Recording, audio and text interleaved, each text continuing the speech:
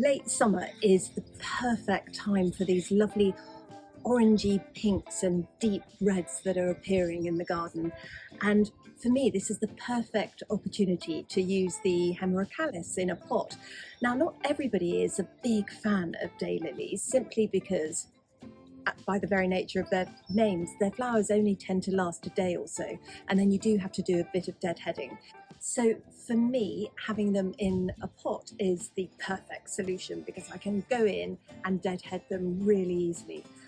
So which daylilies have we got here? This is hemerocallis pink damask, which is actually a sort of peachy pink, and I love taking those tones and putting them with this lovely little rose, the fairy, which is underrated, I think. It's such a useful little rose, especially at the front of a border or in a big pot like this with these little pink pom-poms.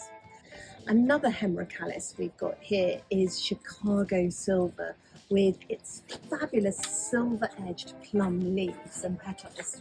And then to finish it all off, we've got this lovely, delicate little pink geranium here, which is Dreamland. It's got the most beautiful silvery pink petals, which kind of scramble and sprawl their way through a pot.